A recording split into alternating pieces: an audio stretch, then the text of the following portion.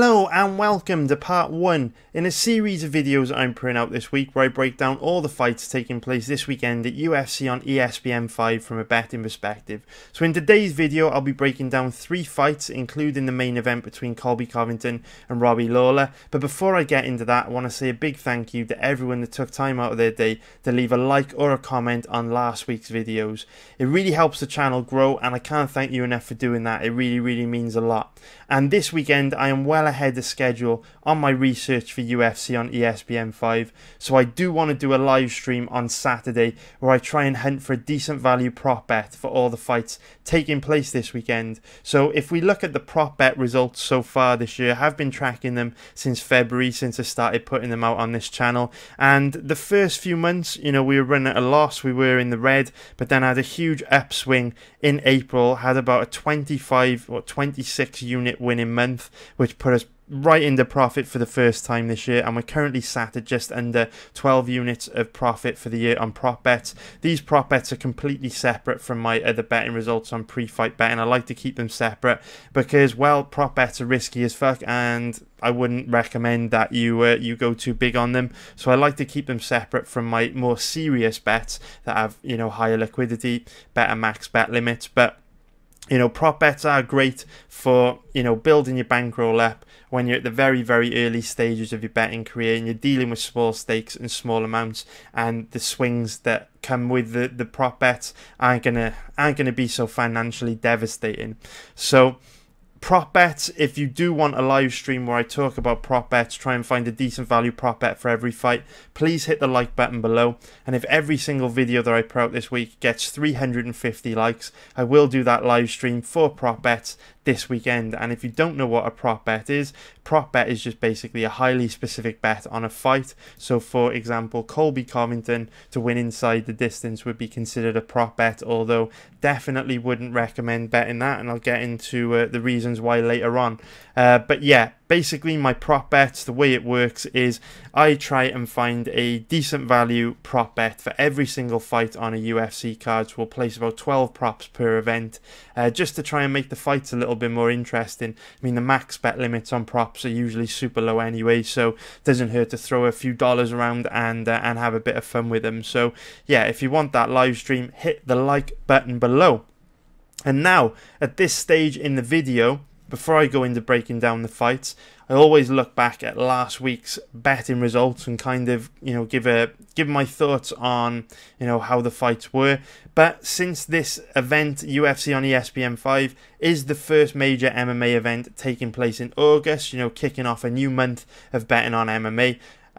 What I usually do at this stage in the month, at this type of video, is actually go back over the whole of the last month, just to give you guys an idea of my profit and loss for the month before. So here we can see July went pretty good, you know, nothing amazing, nothing major, you know, no huge winners, but at the end of the day, profit is a profit. And as you can see here, we roughly broke even on the UFC 239 card, put a solid profit in the bank on Bellator 224, another even nicer profit in the bank on UFC on ESPN plus 13, took a small 1 unit loss on UFC on ESPN 4, and then we got it back the following week, making a 1 unit profit last weekend on UFC 240. So very nice overall. Very happy with my results for the month, just because, you know, this wasn't really a very good month for betting in my opinion. There weren't many super strong solid positions to put your money, so in months like that any kind of profit is going to be a good profit. And what I am very happy about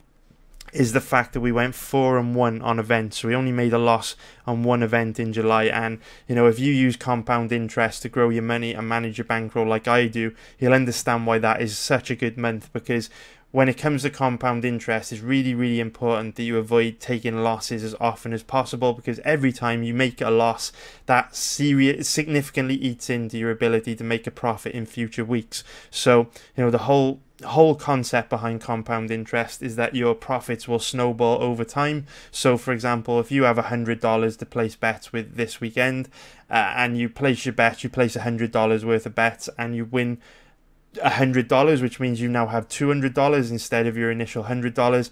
It means next week, if you were placing the same bets, if you went out with your $200 instead of your $100 and you won $200, which is the same profit percentage as the first week, you'd now have $400. And then the following week, you could go out, bet your $400. You know, if you doubled up again, you've now got $800. And this exponential growth is personally what I feel is the optimum way to make money betting on MMA. But provided you have a high win rate, I just feel it is the most powerful way to manage a bankroll, the most powerful way to make money. But in order for it to be effective, you need to have a very, very high win rate, and I do have a high win rate, which is the reason why I do make so much money using it. As you can see, you know, making a profit in 4 out of 5 events that I bet on isn't bad. Now, what I do have to say is that I am recording this video basically the day of Dana White's Contender Series, so I do have a small 1-unit gamble on one of the fighters fighting tonight. It is a very, very risky bet. I am basically betting on a full-time bartender, so there's a pretty good chance it loses. But that is a 1-unit bet, so that could affect my results on this card, or could affect my results for this month. Could even be more than I show you now or less. So if we add them up, so we've got 0.2 on the UFC 239, then we've got 1.89 on Bellator 224, then we have got Jermaine Durandame versus Ladcard 2.80. Then we've got Edgar versus Holloway. We made a unit on there, equals 5.89, minus our loss on UFC on ESPN 4 puts us at an overall profit for the month of 4.89 units. So nothing major, but a very, very solid profit. You know, almost a 5% return on your money. I will take that. And tonight's bet is a 1-unit gamble. So if that loses, that would take our profit for the month down to 3.89 units.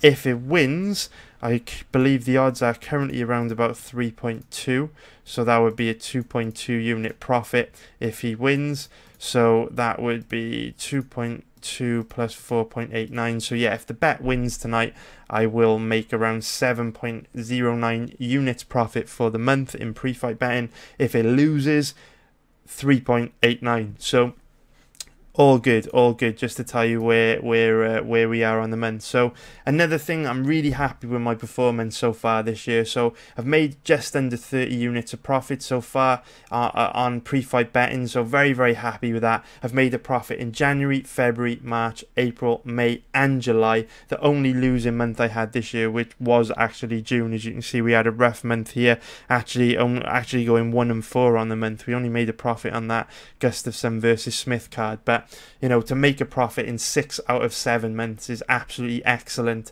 And like I say, on pre-fight betting, we're just under 30 units of profit for the year. The last 6 weeks or so, or the last 2 months actually, have been pretty rough. You know, it's been a grind. I haven't seen that many solid betting opportunities over the last 2 months, and this is an example of, I think, where a lot of people trip up.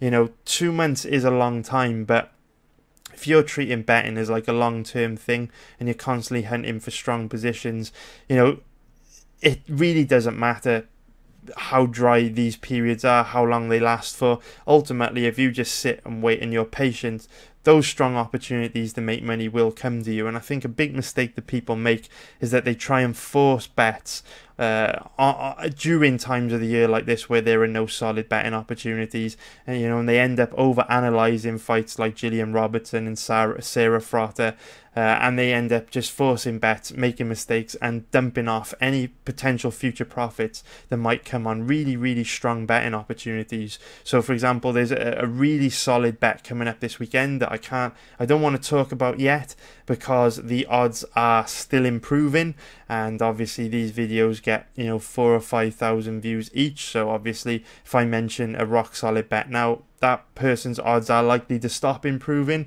But there is a very, very solid bet coming up this weekend, and you just have to wait for these opportunities to pop up and not place risky bets that eat into potential profits and slow down your compounded growth. So like I say, very happy with how the year's going so far. It's been a slow couple months, but 30 units of profit for the year is bloody good. I've made a profit in 6 out of 7 months, which is bloody good.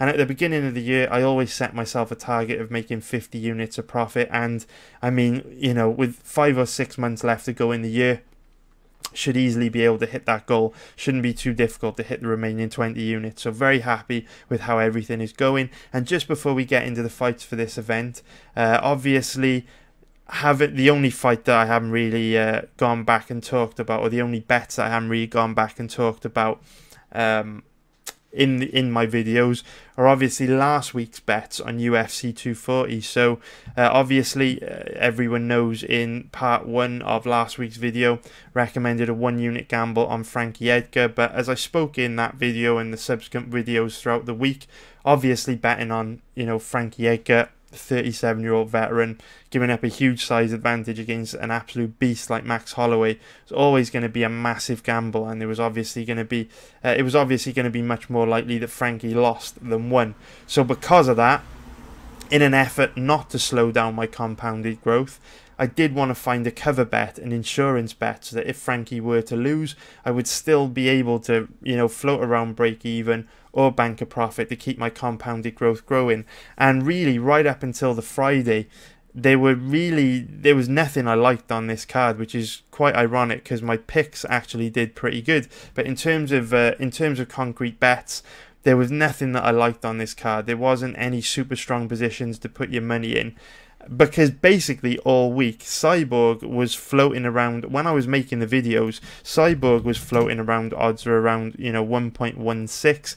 I personally capped Cyborg at around having a 90% chance of winning, which meant that when I was making the videos there was just absolutely no value. And then for whatever reason, on Friday and going into Saturday, Cyborg's odds just started to spike and improve, which was pretty crazy to me. And, you know, I mean, these two bets are pretty much a great illustration of my philosophy as a gambler. I don't care about the odds, really. I don't care about being the smartest guy in the bar. I don't care about, you know, betting big underdogs or big favourites. I will just take value wherever it is. I will put my money in strong positions wherever it is.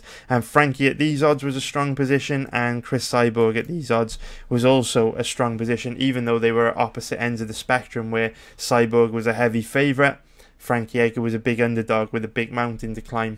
And as it happens, because obviously we had 1 unit on Frankie and 10 units on Cyborg, odds of 1.20, we did end up with an overall 1 unit profit on this event. And what's actually crazy to me is that Cyborg's odds got better than this. When Cyborg's odds reached around 1.20 on a lot of different betting websites on the Friday night, I couldn't believe it. I thought that was too good to be true, to get a 20% return on your money with a fighter with such significant advantages over Spencer as she did. And then her odds actually continued to improve to 1.25, which is about minus 400, which is it blew my mind, to be honest, to see Cyborg at those odds against a fighter like Felicia Spencer. So very, very good, very good night overall. Just in the sense that I didn't have to take a loss, took a small profit, so happy with that. And you know, obviously Cyborg did what we expected her to do. She went out there, dominated the fight in all areas, won the fight standing up and on the ground. Felicia Spencer did a hell of a lot better than I thought she would, but Cyborg still come through for us. What I would say about Cyborg is that, for whatever reason, she just seems to have lost her way a little bit. You know, throughout her career, she was quite patient, quite calculated, quite tactical. But in her last few fights, you know, or last couple of fights against Spencer and Nunes, she just seems to have wanted to come out and absolutely run through her opponent. And because of that, obviously, she got knocked out against Nunes, and she took a lot of unnecessary damage against Felicia Spencer. You know, when the fight was in kickboxing range and Cyborg was picking her shots, she was absolutely, you know, picking Spencer apart. But then for whatever reason, she'd have these moments where she'd rush forward recklessly and eat big counters. And of course, in round 1, she ate that big elbow, which cut her open. So Cyborg got it done in the end to give us a profit for the night. But definitely can't trust her going forward, because, you know, if someone was slightly more technical standing, had a bit more power in her hands, they could have caused Cyborg some problems, and definitely would not be betting Cyborg in a rematch if she fought Amanda Nunes. And then, obviously, the fight between Frankie Edgar and Max Holloway looked absolutely incredible. I mean, aside from one takedown that Frankie landed in the third round, didn't really get near taking Max Holloway down in the rest of the fight, and it was a little bit annoying to watch because I do feel like Frankie and his team possibly made quite a big tactical mistake in this fight. Now, I'm not sure if it would have changed the outcome, but he definitely made a tactical mistake. So the mistake that he made, if you go back and watch the fight, in the first 2 rounds of the fight, Frankie shot quite a few takedowns and shot in on Max Holloway's legs, so he was shooting single legs and double legs. But Max Holloway's such a big guy, he's got such great balance that he was able to defend those takedowns, because what you found is every time Frankie shot in on a single or double leg, instead of driving Max Holloway into the cage where he could potentially work to get his hands connected together and complete a double leg takedown, which is what he actually did in the third round to take Holloway down. Instead, in the first and second rounds, Frankie Edgar was shooting in on Holloway's legs, and instead of trying to drive him into the cage to complete the takedown, he was actually trying to turn the corner and catch Holloway, force Holloway to lose his balance and end up in top position that way. Now, I understand to some degree why they did that, because if you can get Holloway down in the centre of the octagon, he doesn't have a cage that he can use to wall walk and stand back up, so they're probably thinking if we get Holloway down in the middle of the cage, we'll be able to keep him there for the remainder of the round and inflict a lot more damage. But I feel that in the first and second round it became clear that Edgar wasn't able to take Holloway down off single legs and double legs while turning the corner, having a hold of one of his legs. So the only way that he was going to get Holloway down was by using that initial shot to drive him into the cage, to connect his hands around the legs and drag him to the ground that way. And the ironic thing is, Edgar completed the first takedown that he attempted using that technique, and it came at the end of the third round, but by then it was just too little too late, and Holloway obviously looked amazing. Now, don't know if it would have changed the outcome of the fight. It probably wouldn't have, because Holloway looked absolutely outstanding, but it did show even at the end of that third round that Holloway's takedown defense isn't bulletproof, and on the ground he's not particularly skilled either. Fortunately for Holloway, there aren't that many strong offensive wrestlers in the featherweight division, so he's probably not going to have too many problems defending his title. But can't help but feel that if Edgar would have just come in, you looked for takedowns against the cage a little earlier on in the fight, things could have been a more competitive. But Holloway looked absolutely amazing, and obviously we took a loss on that, but nice to bank an overall profit on the night. So let's now finally get into the first fight that I want to talk about in today's video, which is going to be Claudio Silva against Cole Williams. So I kind of prioritize researching these kind of fights because obviously when you see a fighter like Cole Williams, taking a fight on just 3 weeks notice, usually these guys lose. A massive percentage of guys lose when they make their UFC debut, and even bigger percentage of them lose when they make their UFC debut on short notice. So with Cole Williams,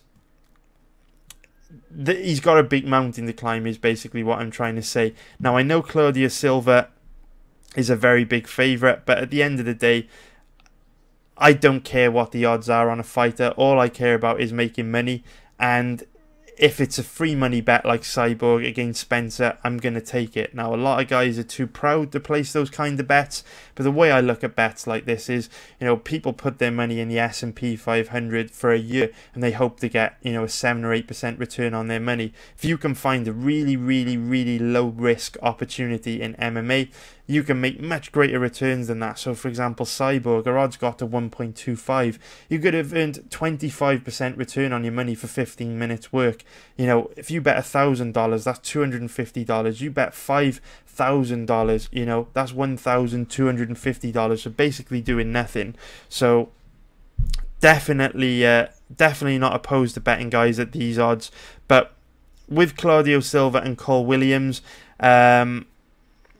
not sure if it's smart to bet on Silva. What I'm going to do while I talk about this fight, I just want to leave Cole Williams' last fight running in the background. So this fight was against Charlie Brown, and it took place in September, so around about 7, 8, 9, so around about 10 months ago. So we just leave this fight running in the background. Cole Williams is the guy in the black shorts, so, you know, opening the fight up in the first 8 seconds with a very, very nice right-hand counter there. And what I would say about Cole Williams is that he is just one of these guys that is not particularly great. He's just a body to throw in there against, you know, a UFC fighter that was originally scheduled to fight Ramazan Emeev. Obviously, Emeev's pulled out. The UFC have tried to find someone that's willing to take a fight on just 3 weeks' notice. Cole Williams has stepped up to take the fight. But, you know, he really is nothing special. He's, you know, got quite a flat-footed style of striking.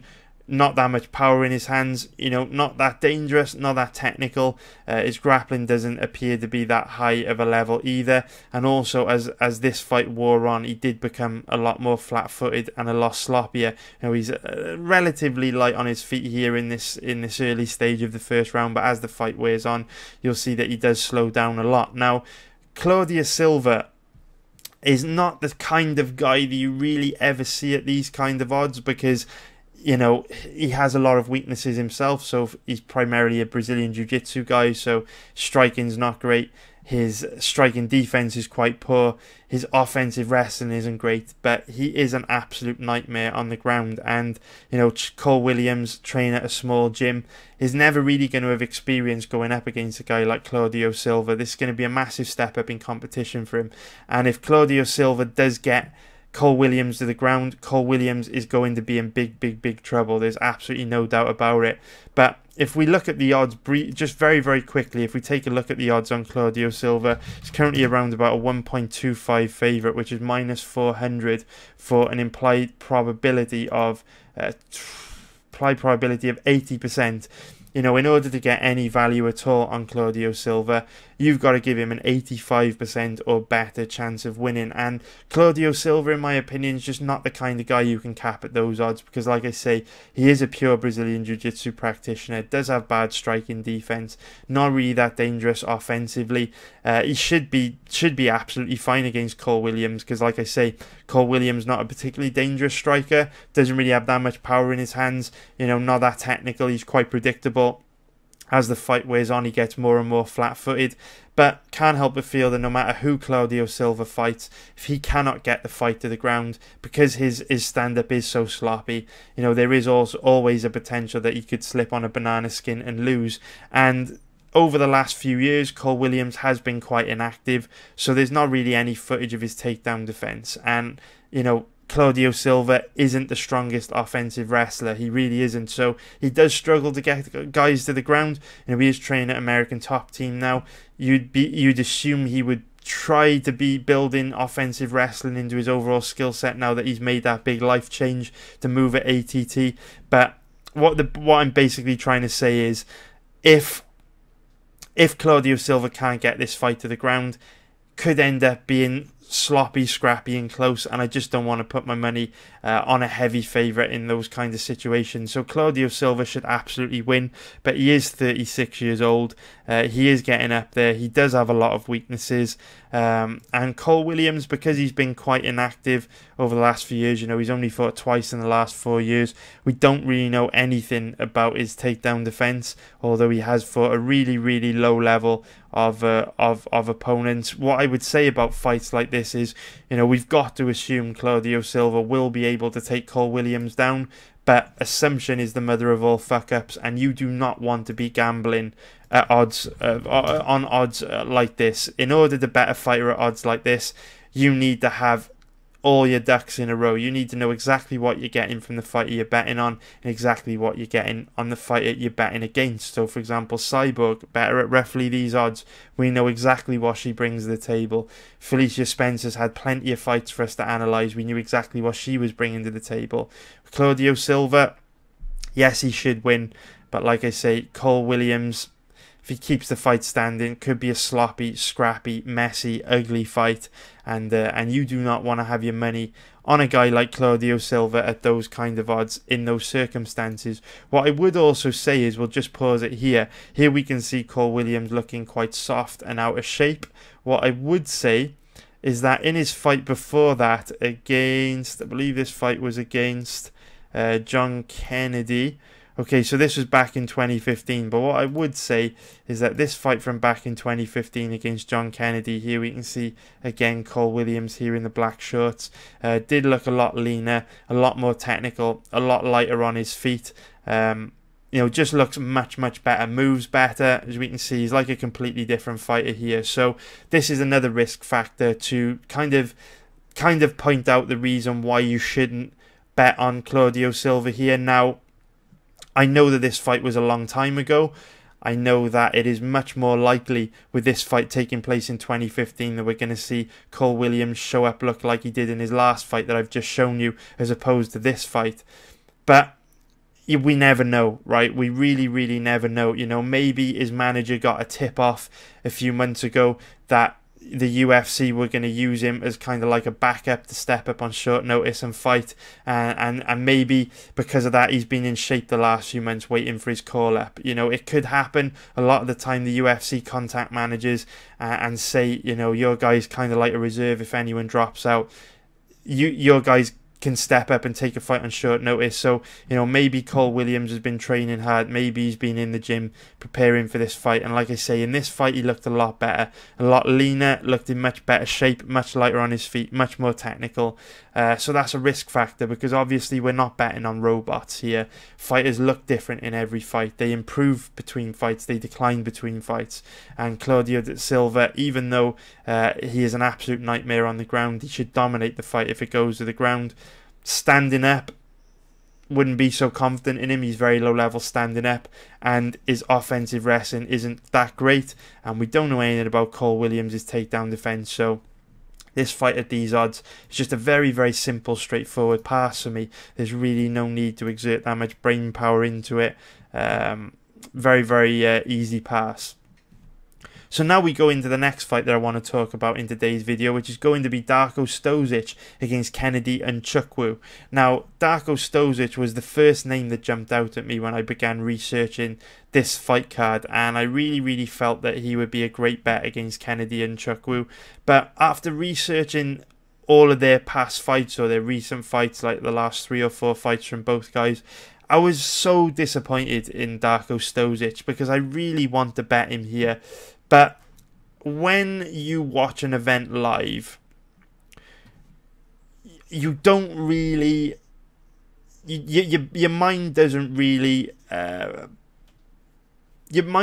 store information in your head that's accurate. So when you then come to cap future fights, quite often sorry, my dog's just going crazy in the background. But when you cap fights based on, you know, memories from how they played out, or how previous fights played out, your mind will often play tricks on you. And I was quite high on Darko Stosic in this matchup. I really felt that he would beat Kennedy Nzechukwu quite easily. I thought that this would be a great value bet, because if we look at the odds on Stosic at the moment, I mean, earlier on in the week he was around about 1.80 everywhere. He's now been bet down to around about 1.74. So 1.7 for those odds are minus 135 for an implied probability of 57%. And earlier in the week he was 1.80, which is minus 125. Excuse me, for an implied probability of 56%. So those odds I thought were pretty generous. I thought that he would have no problem getting through Kennedy Nzechukwu, but I was very disappointed when I went back and watched his last fight against Devin Clark, because he basically gassed out after 1 round, and it was just a very disappointing performance. So this is one of those annoying fights where Darko Stosic undoubtedly has the technique, undoubtedly has the skills to beat Kennedy Nzechukwu here, but it's very difficult to trust him because of his cardio issues. Now, he obviously has a huge grappling advantage over Nzechukwu, and standing up, you know, at least when he's got gas in his lungs, he's a very technical kickboxer that hits hard. But the problem is you can't bet on a fighter with cardio for 1 round, because say for example he works hard for a takedown in round 1, he might not have enough energy to take Nzechukwu down in rounds 2 and 3. And Nzechukwu, with his long frame, you know, he's 6'5" with an 83-inch reach. He doesn't have the best takedown defense, but he definitely makes guys work hard for takedowns. And because he is a big guy, he makes them work hard to maintain position on the ground as well. So in order for Stosic to take Nzechukwu down and maintain a dominant position, he is going to have to exert a lot of energy. And based on his last fight against Devin Clark, I don't trust that he's going to be able to fight at a high pace for 3 rounds, which means I don't love a bet on him here.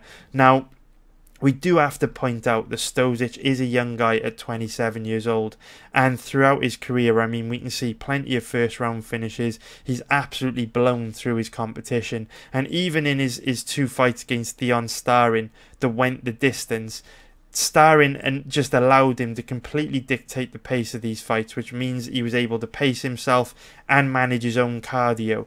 Now, that's a really significant detail to pay attention to here, because really his last fight against Devin Clark was the first time that he'd ever had to go the distance in a competitive fight. You know, in all of his previous fights, his matchups had either ended very quickly or his opponent had shown him a lot of respect and enabled him to pace himself. So we really don't know at this stage whether Darko Stosic does have bad cardio, or whether it's just a case of he wasn't used to fighting the distance in a competitive fight, and maybe after this fight against Devin Clark, he'll now understand what it feels like to go the distance in a competitive fight, and he will have worked hard on his cardio since his last fight, and maybe he'll show up on Saturday night with vastly improved cardio. I mean, we don't know for sure. Betting on any sport, betting on MMA, is just all about trying to make the best decision possible with the information we have available to us. You know, last week we bet on Frankie Edgar because Max Holloway's takedown defense hadn't really been tested over the last 6 years, and that gamble didn't pay off. You know, it really is, when it comes to MMA betting, it's really all about looking at the information we've got available, looking at the odds, and then deciding whether the risk to reward ratio, in accordance to the information we've got available to us, is worth the payoff with the risk we're going to be taking on if we pull the trigger on a bet. And what I would say is, with Stosic being the favourite, it's currently around about 1.74, which carries an implied probability of 57%. You know, in order to get any value on Stosic here, you've got to cap him at close to 65%, which is really difficult to do if he only shows up this weekend with cardio for 1 round. Now, again, we've said there is a chance that he may have learnt from his last fight against Clark and show up with vastly improved cardio on Saturday night, but generally speaking, it's more unlikely that a guy with this body type will improve their cardio. You know, if we just look at some other pictures of Stosic here, you know, very big muscular guy, you know, very, very big muscular guy, absolutely huge. So, you know, can guys like this have amazing cardio? Absolutely. You know, they absolutely can have amazing cardio. You know, any body type can have any type of cardio, but when you see a fighter with that body type and they gas out, it is less likely that they improve their cardio, just because of how much extra muscle mass they've got to carry. You know, at the end of the day, it's like a car with a big engine, a lot of horsepower, you know, a big V8, V10, V12 engine. They're going to consume a lot more fuel and a lot more energy than a car that's lighter with a smaller engine. That's just the way it is. And that's probably why Stosic's cardio was super questionable in against Devin Clark. And it's probably going to be something that's quite difficult for him to correct.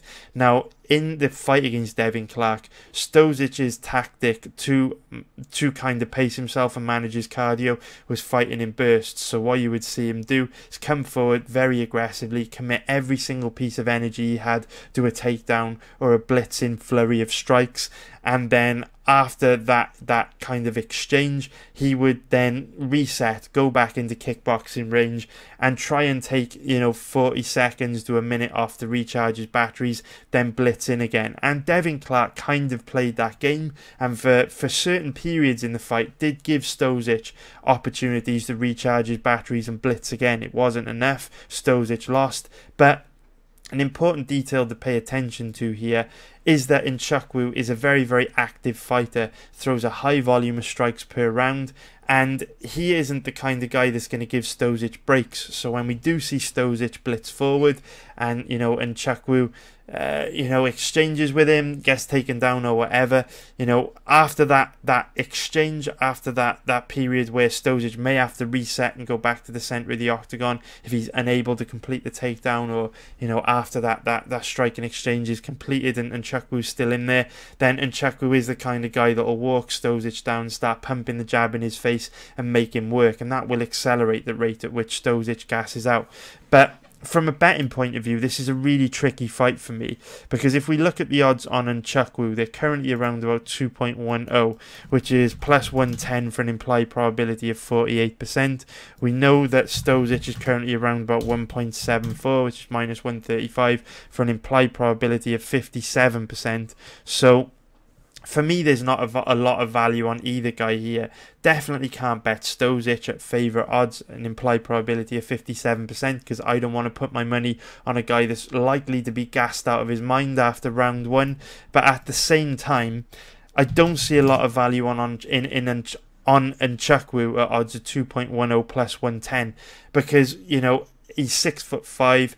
Guys with that body type usually have pretty poor takedown defense. Stosic does have great offensive wrestling. Wouldn't surprise me at all if Stosic is able to put him on his back at the beginning of the first and second round, grind him out, go into the third round, up 2 rounds, and win a decision. If you're asking me what I think the most likely outcome is, I think the most likely outcome is that Stosic wins round 1 quite comfortably, either by landing a few bombs standing or by getting a takedown, controlling Nzechukwu from top position and finishing the round in a dominant position. I then feel that the second round gets murky, because this is a stage in a fight where Stosic starts to gas out, and I really feel that who wins round 2 will really depend on how much energy Stosic is forced to use up in round 1. If he comes right out the gate in the first minute, shoots a double leg takedown, puts Nzechukwu on his back, gets into top position in half guard or full guard, just chips away at Nzechukwu from top position for like 3 or 4 minutes, and if Nzechukwu doesn't really make him work hard to maintain top position, Stosic probably has enough gas in the tank to steal round 2 as well. But if in round 1 Nzechukwu makes him really hard, makes him work really hard for takedowns, against the cage, in the clinch, scrambles back to his feet a couple times after being taken down, forces a few crazy exchanges on the feet, if Nzechukwu gets him working hard in round 1, I really do think that the fight becomes extra complicated, and it could go either way, and it really does then at that point turn into a bit of a 50-50 fight, which is why I don't think there's any value here, because both guys, their odds are roughly around 50%.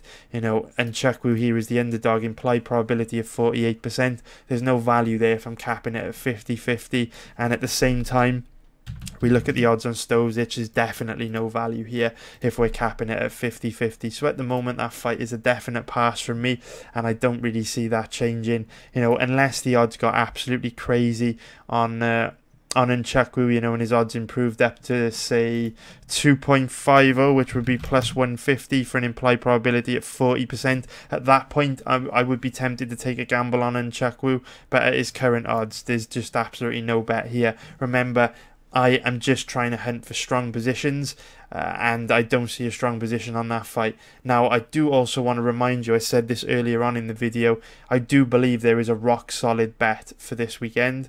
I can't mention it yet because the odds are still improving, and I don't want this video to have an impact on the odds. But what I would say is that when we're looking at fights like that, which are very, very complex, and putting your money on either side is only going to be putting your money in a marginal position, you've got to be thinking, there's a very, very good chance I'll bank a profit on this event because there's at least one very solid betting opportunity. So any additional bet that you choose to place needs to be carefully considered, because you don't want to eat into potentially rock solid profits that are going to be coming, or a very, very good chance you've got profits coming in, so you don't want to eat into them. Remember, a lot of guys are value bettors, and they just chase after the plus EV bets. Personally, I like money too much for that strategy. I won't go throwing money around in marginal positions. my entire betting philosophy centers around compound interest, and in order for me to maximize the amount of money I can make using my compound interest strategy, I need to try and ensure I maintain a high win rate and bank a profit on an event as often as I possibly can. And knowing this week that I have a rock solid bet coming up, which is very, very likely to give me a profit, any other bets aside from that need to be really carefully considered, and I need to make sure I'm getting a really good deal, and I need to make sure I'm putting my money in a super strong position. So with that being said, we now go on to the main event and the fight that everyone is interested in this week. Of course, I'm talking about Colby Covington against ruthless Robbie Lawler, and this is a very interesting fight. This really is a very interesting fight because both guys have got big weaknesses that I do feel that their opponent has the skills to exploit, but maybe not punish them to their full extent. So Colby is obviously primarily a wrestler, but he has very, very sloppy striking, very bad striking defense, not particularly dangerous offensively either, and he's very easy to hit, which is obviously a bit of a problem with Robbie Lawler, because Robbie Lawler does hit very hard.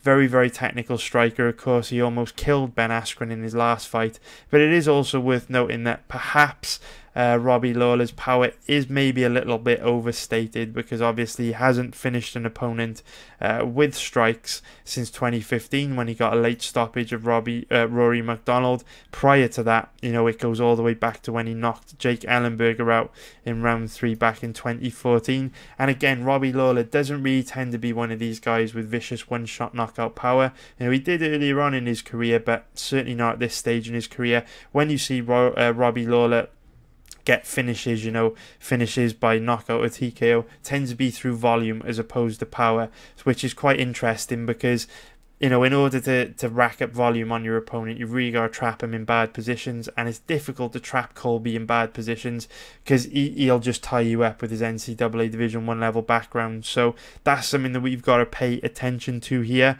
So yeah, his power might be a little bit overstated, but again, without being too harsh on him, he has fought an absolute murderer's row, so no surprise that he hasn't got that many wins by knockout or TKO over the last few years, because he has fought very, very tough opponents. But there's absolutely no doubt about it. Colby Covington, low-level striker, bad striking defense, no power in his hands, very, very bad striking defense, there to be hit, and Robbie Lawler certainly has a huge advantage striking. Even at 37 years old, his reflexes are still there. We saw that in the Askren fight. Still very tough.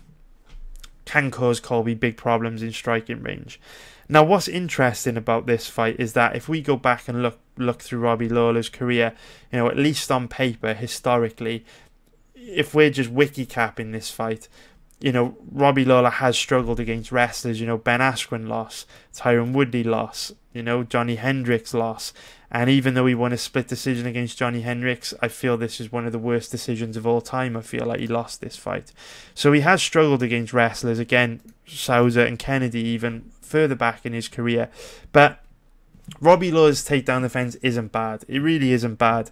And even though Colby Covington's got that NCAA Division 1 level background, I don't think Colby Covington's wrestling, or at least his MMA wrestling, is that good. Now, I can already feel the chattering of the keyboard as people go to leave abusive messages in the comments below, telling me that this guy's 14-1, and he's a very strong grappler. He's got, he's out wrestled Damian Maia, Rafael dos Anjos, Dong Yin Kim.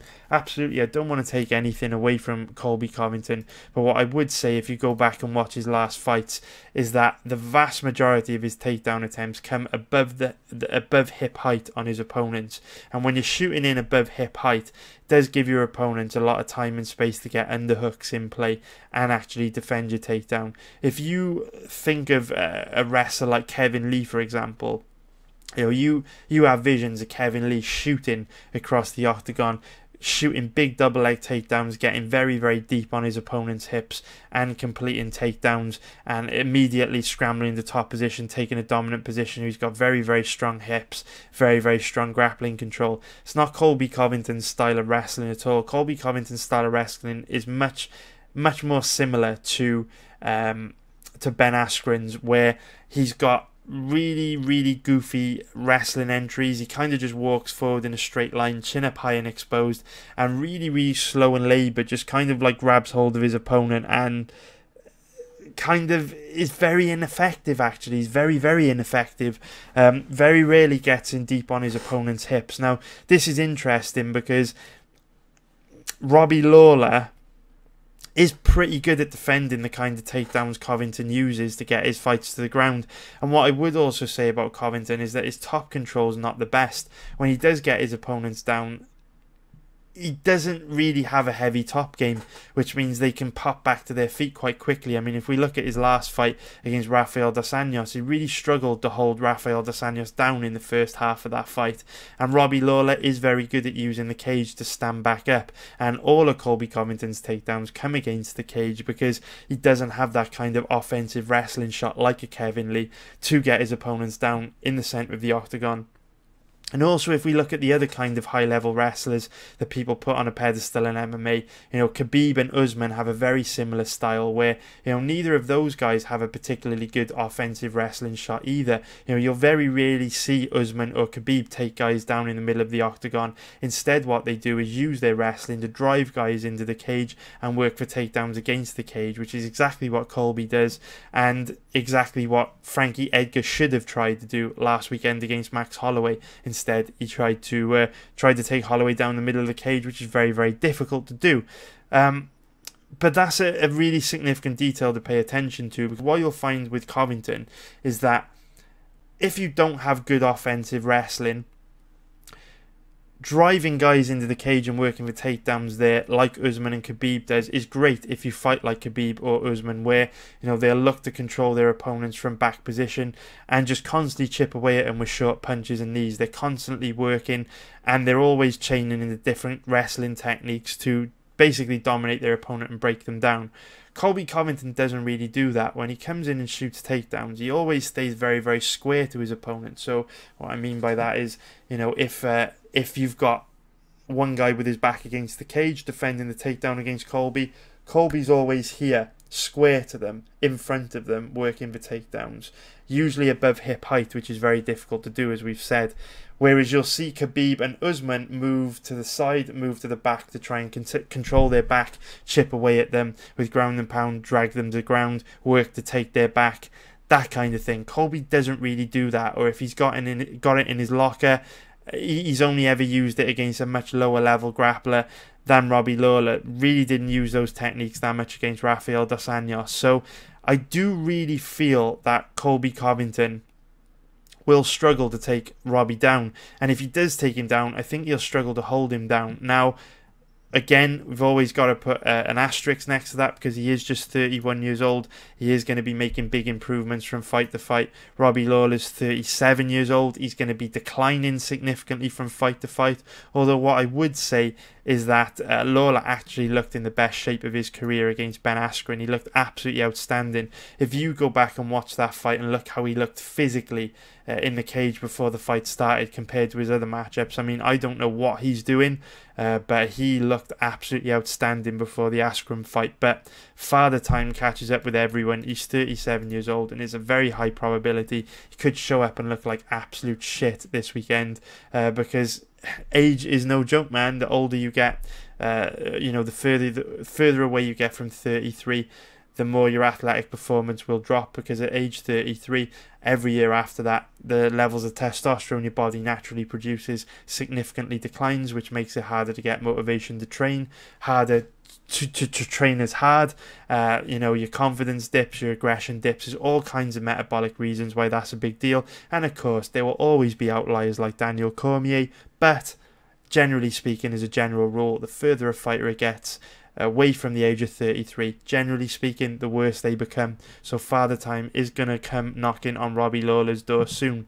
But from a technical point of view, I do think Colby Covington will struggle to take Robbie Lawler down, and and hold him down. But what I would also say is that, you know, one of the big strengths of Colby Covington is that he is absolutely relentless, and I do think that that could be a big factor in this fight, because Robbie Lawler does like to take breaks in fights. There's absolutely no doubt about it. He likes to take rounds off to conserve energy, and you'll see rounds in Robbie Lawler's fights where he does absolutely nothing, and he will allow his opponents to control him against the cage for long periods of time while he takes a break. Now, Robbie Lawler's style of fighting is very effective in MMA. Very, very crafty, very, very intelligent. It is a system Firas Zahabi uses with pretty much all his tri-star fighters. It is a strategy that Jose Aldo built a very successful career off. It is a strategy that George St. Pierre built a very successful career off. And it is actually a strategy that we saw Max Holloway use this past weekend to beat Frankie Edgar. And that strategy that Robbie Lawler and all those other great fighters I've just mentioned uses is basically the strategy of stealing rounds, conserving energy and stealing rounds. We saw Max Holloway do it this past weekend. So I'll talk about that fight because it's probably still fresh in your memory. So what we saw in the Holloway versus Edgar fight was in the first 3 or 4 minutes of every single round, even the 5th round, in the first 3 or 4 minutes of every round, Max Holloway basically did absolutely nothing. Absolutely nothing. If you go back and watch the fight, Holloway didn't really do a lot in the first 3 or 4 minutes of every single round. He enabled Frankie Edgar to outstrike him. Didn't take any damage, you know what I mean? It wasn't like he was put in any bad positions. It wasn't like Frankie was, you know, doing loads of damage and winning the round, running away with the round. But Holloway kept it in a range where he was comfortable and just allowed Frankie Edgar to chip away at him and exert energy, and he just paced himself. And then in the final minute of every round, Holloway got more aggressive, started walking Frankie down, closing the distance, putting pressure on Frankie and letting his hands go. And Max Holloway made a point, a very, very conscious point, of finishing every single round strong, because we know the vast majority of judges score rounds in favour of fighters that finish the round the strongest. You'd see Frankie win the first 3 or 4 minutes of a round, and then the final minute or two of the round, Holloway would crank it up, get aggressive and steal the round. It is a strategy many great champions have used over the years. It is a strategy that Firas Zahabi gets all of his tri-star guys using. George St. Pierre built a career off it, Aldo built a career off it, and Robbie Lawler has built a career off it.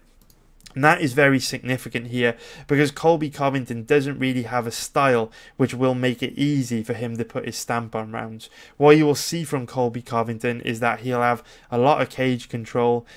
He might get some takedowns on Lawler, but I expect Lawler to pop back up pretty quickly. But in striking range, Colby is so vulnerable that it would not surprise me at all if we saw Covington control Robbie Lawler for 3 or 4 minutes against the cage, and Lawler just lets him have that control time, and then a minute left to go in the round. Every single round, Robbie Lawler makes a conscious decision to disengage and just let his hands go and start landing bombs on Colby. And what we know about MMA judging is, even if Colby dominates the first 3 or 4 minutes of that round with grappling control, if Robbie Lawler can finish the round strong by landing some big shots, you know, that 20 or 30 second flurry from Robbie Lawler will cancel out 4.5 minutes of good work from Colby, and there will be a very good chance that Robbie Lawler will steal the round. What I would also say is that the new judging criteria, which came into play at the beginning of 2017, does hurt Colby Covington's style of fighting, because when he is working the takedowns against the cage, it's not particularly effective, doesn't really do that much damage. And remember, the new scoring is basically brought in to penalise and punish Colby Covington's style of fighting. The new style of scoring favours damage done.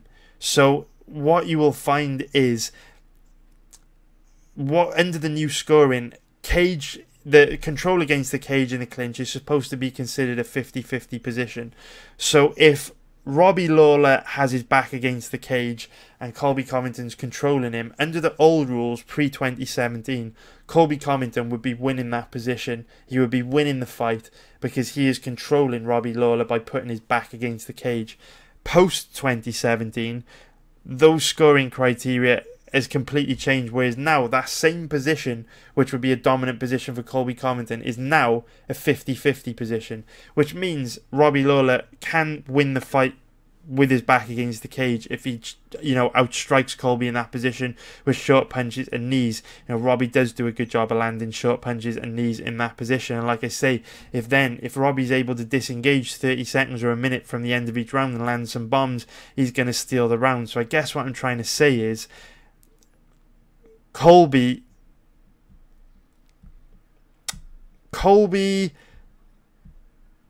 should win the majority of this fight because Robbie takes a lot of breaks and Colby's relentless. But the smaller amount of work that Robbie does might steal him the fight in the eyes of the judges.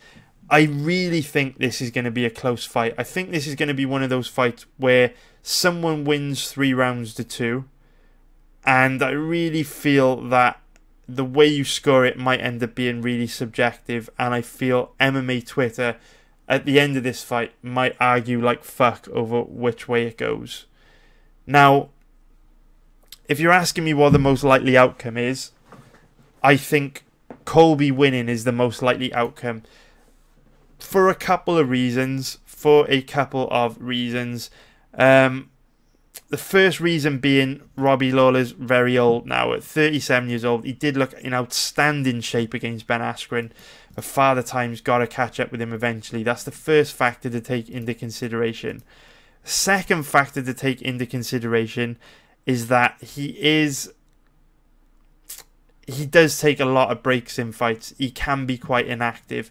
We've all got memories of a super aggressive Robbie Lawler, unloading on his opponents against the cage. But if you actually go back and watch his fights, usually they're only 20 or 30 second bursts of action at the end of a round. The vast majority of his rounds, he's not actually doing that much. And like I say, Colby Covington is relentless, fights at a very high pace, constantly working. He will have no problem driving Robbie into the cage. Don't think he'll have a lot of success with his takedowns, but he will have a lot of success controlling Lawler in that position, chipping away at him with knees and short punches and just wearing on Robbie. So it's a fucking complicated fight for betting. If we look at the odds, Colby's currently around about an average of 1.44, which is minus 227 for an implied probability of 69%. Like, those odds can go fuck themselves. Like, no, mate. No. You do not bet Colby at these odds, which I'm guessing is why his odds have barely moved. In the last 2 weeks, his odds have barely moved. And I think that's just because no one's going to be betting Colby at these odds. You've got to be crazy. Obviously, casual gamblers will be like, I think Colby will win, so they'll go bet him. But the actual smart gamblers that understand how gambling works, they understand implied probabilities. As soon as they pop 1.44 minus 227 into an implied probability calculator, and they see that implied probability on Colby is 69%, they ain't touching Colby. No one that knows anything about gambling is going to be betting Colby at these odds. So then if we look at Robbie Lawler, his current average odds are around about 2.90,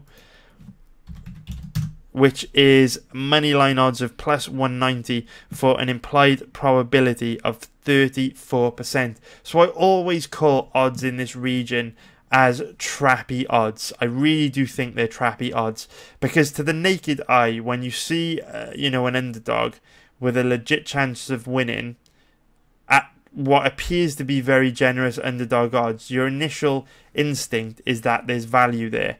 But then if you look at how the odds are coming out on the implied probability calculator, that ain't always the case. So if we look at Lawler's current very tempting odds of 2.90 plus 190 for an implied probability of 34%, to get any value at all on Lawler here, you've got to give him a 40% chance of winning, which I do think is reasonable. But I do think is reasonable. I will say that. I would actually cap Lawler in the 35 to 40% range. Don't think I can give him a 50% chance of winning just because of his age and how inactive he is throughout the fight. But 40-ish% is fair. It's kind of like it's not a super confident feeling, but I'd cap him at about 40%. But whether you bet Robbie Lawler at these odds really comes down to what risk to reward ratio you want. Okay, so I'm going to take a few minutes explaining my philosophy on this, and some of you will find it very interesting, some of you will not understand it at all, and some of you will find it boring. But this is how I feel about bets like this. Is Robbie Lawler a plus EV bet at these odds? Yes, he is. I think he is. I really do. Do I think Robbie Lawler is a good bet at these odds? No, I don't. And the reason why I don't think he's a good bet at these odds is because personally, I don't think it's a very good risk to reward ratio. I really don't. Because say, for example, you cap him at 40% in this fight. You're only getting a 5.5% margin over the bookies. Now, I'm more than happy to take that margin over the bookies when I'm betting on favourites, because with favourites, they're more likely to win anyway. Do you see what I mean? Like, chances are they're going to win.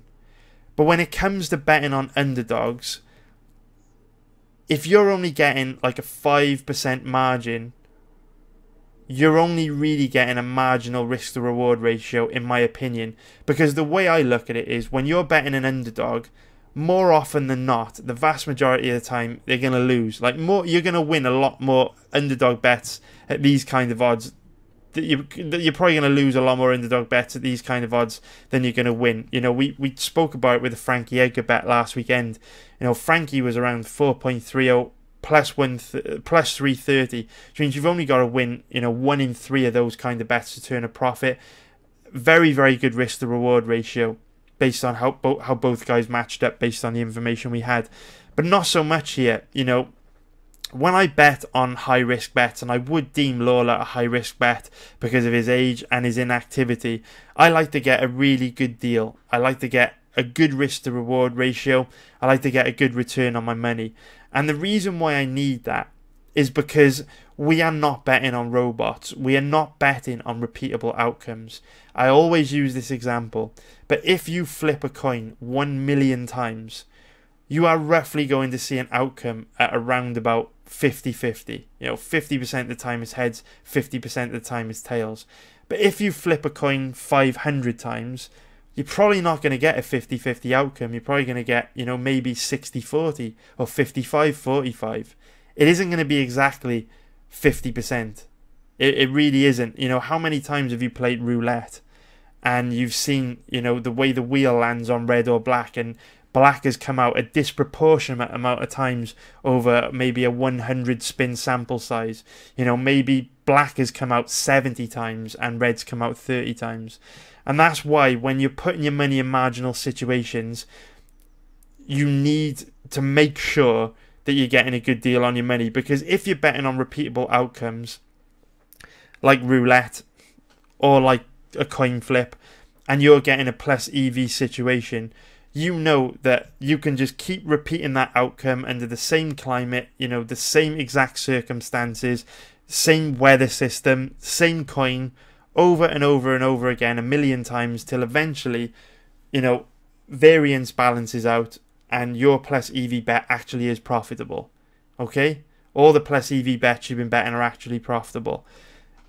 But when you are doing it in the case of sports betting, it is very, very dangerous, because sports betting are not repeatable outcomes. So Robbie Lawler will never fight Colby Covington again in the same stadium, at the same stage of his career, after the same training camp, with the same set of skills, the same preparation. It will never ever happen again. So if you've got plus EV odds in a 50-50 situation on a coin flip, and you know that that coin flip will be flipped 1 million times, you will make your money in the long run. It's absolutely indisputable. But if you bet your money on a marginal plus EV situation in an MMA fight, and Robbie Lawler gets grinded out for 5 rounds, you will never, ever, ever, ever get an opportunity to make that money back. Ever. It doesn't matter if next week you find another plus EV situation when you bet on Miocic against DC, because guess what? That's a separate fist fight, and Miocic can lose. and then all your money's dead in the water as well. Because MMA fights and sporting events are not a repeatable outcome, you could bet 500 plus EV bets, and theoretically all 500 of them could lose. Because it is not a repeatable outcome. It is not a mathematically, scientifically proven outcome. There is no set percentages. If you flip a coin, 50% of the time it will land heads, or the other 50% it will land tails. In fighting, no repeatable outcomes. So in order to make money long term in this game, you need to make sure that you are getting a very good risk to reward ratio. And in my opinion, when a fighter is more than likely going to lose because they're a big underdog, a margin of around 5% isn't enough. I need at least 10%. Because what that means is, during a period of brutal variance, hopefully by getting a bigger margin on higher risk bets, the money you make will make up for any variance. That is personally the way that I look at it. Whereas if you're only getting a marginal percentage on where you cap a fight, it's just a lot more higher probability that you will actually end up floating around break even or making a loss, because these are not repeatable outcomes.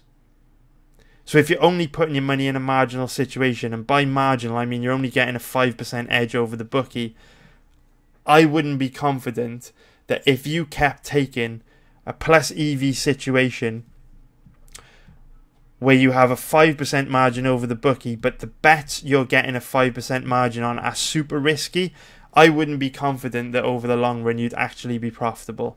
In fact, there's probably a pretty good chance you'll make a loss.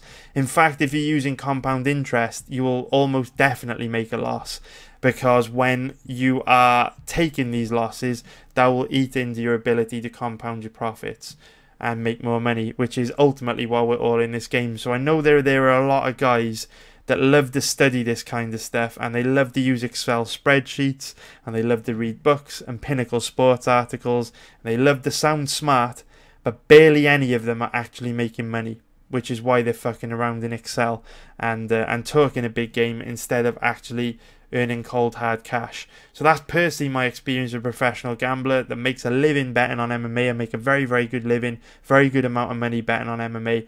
I would strongly recommend that when you are betting, look for strong positions and to get a very, very good margin over the bookies. 5% in a situation where a fighter is probably going to lose is not enough for me. Need a lot more than that, 10, 15, 20% even. So I hope you appreciate today's video, guys. In terms of, to summarize betting on this fight, Covington at these odds is definitely a pass. I don't think you're getting a good deal on Lawler. If Lawler's odds were to improve up until, 3.20, 3.30. Yeah, if Lawler's odds were to improve to about 3.30, which is plus 230, which is not a million miles away from where we are now, that would give him an implied probability of 30%, which would mean if you're capping him at 40%, you'll be getting a 10% margin over the bookie. But I really do feel that odds like this, 2.90 plus 190, are trap odds. They're trap lines, because they look very generous, but in actual fact the implied probabilities aren't that generous. And if you put your money in marginal positions on sports betting, whether they're plus EV or not, long term you will probably get fucked. So I recommend passing on situations like that if you like money. So that is it for today's video, guys. I hope you liked it. If you want me to do the live stream this weekend on fight day, where I try and find a decent value prop bet for all the fights taking place, please hit the like button below. And if every video that I put out this week gets 350 likes, I will do that bonus live stream on Saturday. Thank you for watching. Let me know what you think of today's video in the comments section below, and I will do my best to reply to all of you. But take care, love you guys, and have a great